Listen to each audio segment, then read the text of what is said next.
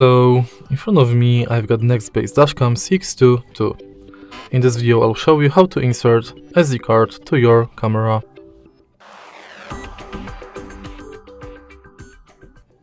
In the beginning, let's take a look at the side of the camera. Right here we've got the SD card slot. Simply insert your SD card to this slot.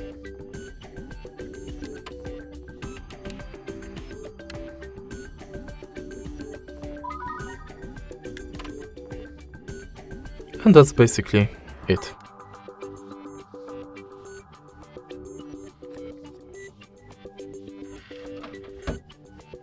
Now you can record